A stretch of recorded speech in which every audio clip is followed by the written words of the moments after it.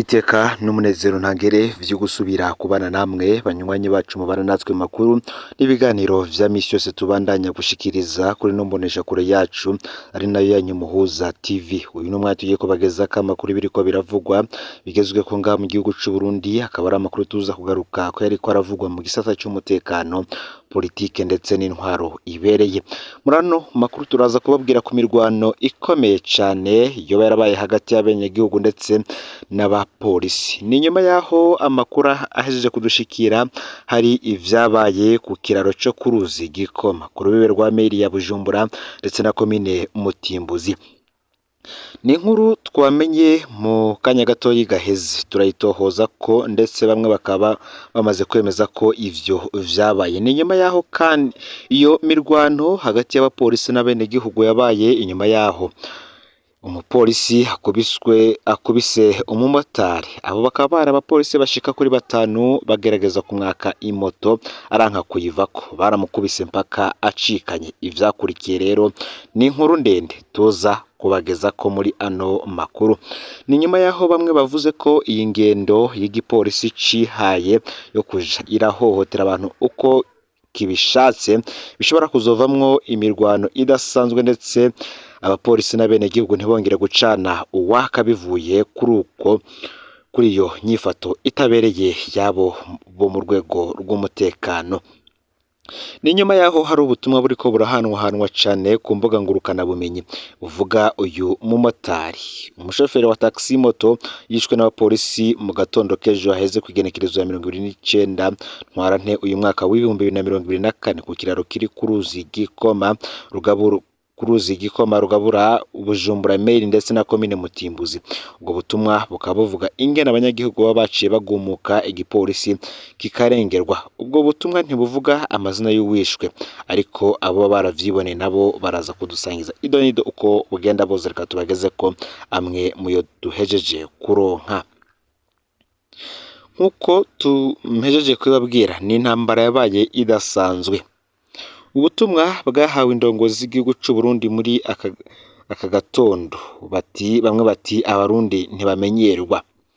Kuwa gatanu igenekerezo ya 29 ntwarante uyu mwaka w'2024 biciye mu myiyerekano yakozwe kuva mu bucagucagu igihe c'isaha 11 z'agatondo kuva ku kiraro ca Gikoma kigabura meri ya Bujumbura na komine Mutimbuzi ku ibarabara rya Bubanza ahari bariyeri y'abapolisi. Vyibonekeje ko naho abarundi bihoreye barababajwe n'imyitwarire y'aba bapolisi n'indongozi zabo.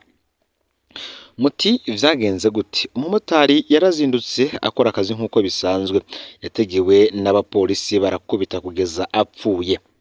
Abanyagihugu babibonye vyanse ko bihanganira aba bapolisi babiraramwo. Intambara ibiratanguye, imodoka y'igipolisi yazinye abandi bapolisi kugira batabare bagenzi babo mu kanya nk'ako gukubita akagohe yaramenaguwe iba ubumyemye. Icakurikiye nuko mu mwanya urume rumara iryo barabara abanyagihugu bari bahejeje kuryugara ku buryo ryasubiye guhita igihe c'isaha 3:30 inyuma y'amakamyo menshi y'igipolisi yazanye abapolisi benshi n'abategetsi bakomeye mu gipolisi. Gico vyeretse amaso y'abategetsi umunsi umwe ngo bazobandanya guhohotera no konona baryame bikangura abo bari bibaza ko batabona ivyo bariko bakora canke ko bitababaza bahinduye batanguye ukuri kuje ahabona. Abagerageje gufotora bose muri ico gikorwa ndetse no muri iyo mirwano ndetse n'abagerageje gufata amavideo batswe amatelefone bajanwa gupfungwa. Cyari gitangaje nuko umengo gufotora ibibaye nico caha gusumba kwica umuntu. Turahojeje umuryango wabuze, ariko kandi umwe wese azamenye ko ivyo akora azovyishura. Ubu akaba ari ubutumwa duhejeje kuronka buvuga neza ivy'iyo mirwano yabaye hagati y'igipolisi ndetse n'abenegihugu ubwo bari bahejeje guhohotera umunyagihugu ngaho nyene kuri urwo ruzi Igikoma. Ni mu gihe kandi hari ivyatangajwe na Alexis Sinduhije. Turugamba rwaratanguye kandi ndazi neza ko rutazohagarara. Ibi akaba yarabivugiye mu kiganiro yahaye ibiro vy'itororokanizo ry'amakuru Romanda mu rurimi rw'igifaransa. Urongoye umugambwe MSD akavuga ko imigwi itandukanye y'abarundi yamaze gutanga urugamba rwo kubohora igihugu. Alexis Nduhije ati ubu urugamba rwo kwigwanira rwaratanguye kandi azi neza ko rutazohagarara. Muri urwo rugamba hariho abahisemwo gufata ibigwanisho, hariho abandi naje ndimwo umugambwe MSD n'indi migambwe hamwe n'abari mu mashirahamwe yigenga adaharanira ivyicaro vya politike batari bake twaratanguye natwe kwigwanira. Twese hamwe rero dufise intumbero yo kugondoza abategetsi b'u Burundi bakaza ku meza y'ibiganiro kugira igihugu gitunganywe hisunzwe demokarasi nyayo. Icambere umugambwe MSD ngushira imbere no kugarukira amasezerano y'amahoro no kunywanisha Arusha ku bwa Alexis Nduhije. Kubwiwe ayo masezerano ngo ni umushinga ukomeye kandi yotuma umutekano ugaruka mu gihugu. Alexis Nduhije ati intwaro ya demokarasi yokuraho ico nita indwara ya kanseri ishingiye ku macakubiri y'ubwoko. Ukuri ku mabi yakozwe muri kahise gutegerezwa kuja habona. Ubutungane bukigenga, igiturire kikaranduranwa n'imizi, abarundi bagatera imbere, abana bacu bakarya gatatu ku munsi nk'abandi bo mu bindi ibihugu. Uti none ivyo bizoshirwa ko vy'ukuri? Mu kwishura ico kibazo Alexis Nduhije avuga ko Burundi ari igihugu c'ijunja. Ati Burundi ntibwazanywe n'abakoroni ahubwo Burundi bwabayeho imbere y'umuzo w'Abadage. Burundi n'u Rwanda vyari ibihugu vyifashe mu karere. Abarundi twaraciye mu makuba muri kahise ariko twaravyifashemwo neza. Twararwanije ubuja kandi twatahukanye intsinzi. Abakoroni b'Abadagi ntibatuvogereye ku munsi wa mbere nk'uko babigize ahandi. Abarundi twarigwaniye bikomeye mu kiringo c'imyaka 5. Twararwanije intwaro y'ubukoroni turayitsinda. Ngo nivyo uno munsi duhanzwe n'ingorane ariko dusenyeye ku mugozi umwe twese turashobora gutsinda. None ko CNDD FDD ihunyanga amasezerano atari make harimwo ayarusha amakungu asemerera, abarundi bazoshobora gutora inyishu kandi amakungu asa n'ayananiwe. Alexis Nduhije yashikirije ati amakungu nivyo araterera. Aha novuga nk'ishiramwe mpuzamakungu ONU, ubumwe bwa Buraya, ubumwe bwa Afurika, ishiramwe ry'akarere EAC ndetse n'abandi, ariko ayo mashirahamwe ayo makungu arafise aho ageza. Aho ageza rero niho natwe abarundi duca tuyakorera mu ngata. Amakungu arashobora kwiyamiriza ubwicanyi, agatotezo n'ayandi mabi abarundi bariko barakorerwa n'abategetsi, ariko ntashobora kugwana mu kibanza c'abarundi. Naho yabigize acerewe amakungu yariyamirije kandi intwaro kariyanisha imiryango yo muri Afurika y'Epfo, ariko ntiyashobora kugwana mu kibanza c'abirabura canke abanyagihugu ba Afurika y'Epfo. Abanyafurika y'Epfo nibo bonyene bategerezwa kwikurako iyo ntwaro karyanisha imiryango ya apartheid. Gukubituraba ntawe uzoza kurwana mu kibanza cacu. Twaratanguje urugamba nabivuze, hariho abari mu mashirahamwe yigenga, hariho abari mu migambwe, hariho n'urwaruka rwahisemwo gufata ibigwanisho. Twese hamwe n'ukwigwanira kw'abarundi kuko basanze amakungu afise aho ageza. Muri ico kiganiro uyu yarongoye umugambwe MSD aravuga kandi ko hategerezwa kubanza gutorerwa umuti amakuba ahanze igihugu c'u Burundi kugira ngo umuti ushobore gutorwa na hakurya y'u Burundi mu ntara ya Kivu iri mu buseruko bwa Repubulika iharanira intwaro rusange ya Kongo, nk'uko bitangazwa na Alexis Nduhije, umunyepolitiki akomeye cyane arongoye umugambwe MSD. Ni mugihe kandi bivugwa ko kuri ubu mu gihugu ca Tanzania abanywanyi barenga 100 b'umugambwe senere bariko barasaba ubuhungiro. Abarundi barenga 100 b'abanywanyi b'umugambwe utavuga rumwe n'ubutegetsi seneri baturuka cane mu ntara za Gitega, Ruyigi n'Amakamba barahunze igihugu mu mpera z'indwi iheze, bakaba barahungiye muri Tanzania, bakaba bafise ubwoba ku mutekano wabo. Baba mu gisagara c'akarere ka Kigoma mu kurindira ko bandikwa nk'impunzi. Abo bahunze bashasha bari mu miryango 23 igizwe ahanini n'abana n'abakenyezi. Bashitse ku muryango w'ikambi ya Nyarugusu muri Tanzania kuva kuri w'Imana uheze, ariko bakiriwe mu ijoro ryo ku munsi wa mbere kubw'amasoko ari aho nyene.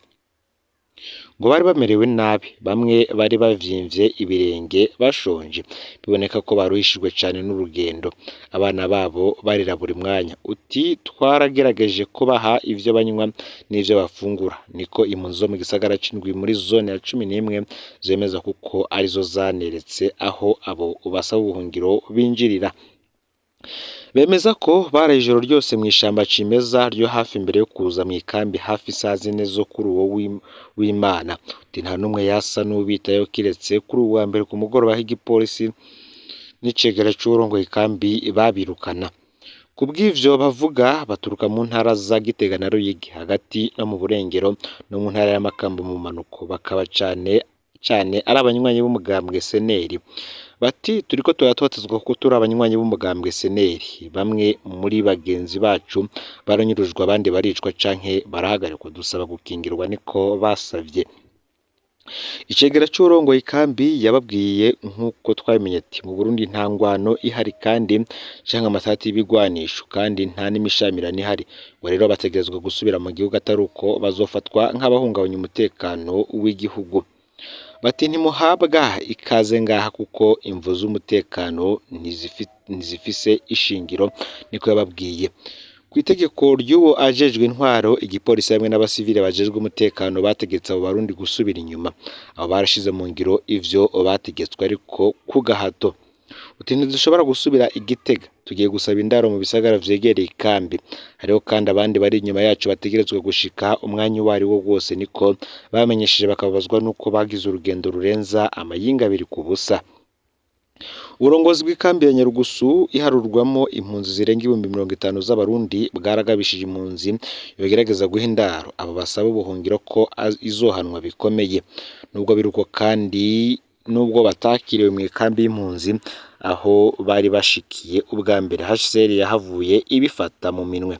Bw'amakuru avaho nyene mu nyuma, abo barundi bahavuye bajanwa mu kigo kibakira kiri mu gisagara c'intara ya Kigoma mu buraruko bushira uburengero bwa Tanzania, aho barindiriye kwandikwa maze baronke ibibaranga nk'impunzi nyene zahunze igihugu ndetse kandi ari impunzi za politike. Nibwiye kandi butaganzwa abakomisiyoneri b'inkabo barapfunzwe. Abakomisiyoneri b'inka batari munsi ya 5 barahagaritswe kuwa Mungu kw'isoko ya Butaganzwa mu ntara ya Kayanza mu buraruko bw'u Burundi. Amakuru ava mu gipolisi akemeza ko abo bagabo bose bapfungiye mu gasho k'igipolisi muri komine. Uburongozi bwa komine bumenyesha ko umwe wese ategerezwa gutanga adabu y'amafaranga 200,000 y'amarundi. Amakuru dukura ku isoko y'inka ya Butaganzwa, igipolisi ngo ciketse abantu boba ari abakomisiyoneri b'inka mu gice gikorwa cabujijwe n'abategetsi mu ntwaro. Uti bari ku isoko bariko barondera ico bagaburira imiryango yabo muri iki gihe c'ubukene. Simbona igituma abajejwe intwaro bavuga ikintu n'igihushane caco. Mbona ahubwo ko barabwa n'umugambi mbona kazoza w'umukuru w'igihugu utegekanywa ko Uburundi buzoba ari igihugu cifashe mu mwaka wa 2040 kandi giteye imbere mu mwaka wa 2060. Bategerezwa kurekurwa atagisabwe. Ivyo bikaba vyaravuzwe n'umwe wegereye umwe muri abo bafunzwe. Janvier Kanyana asanzwe ari musanteri wa komine avuga ko abo bantu bazorekurwa babanje gutanga adabu y'200,000 umwe wese.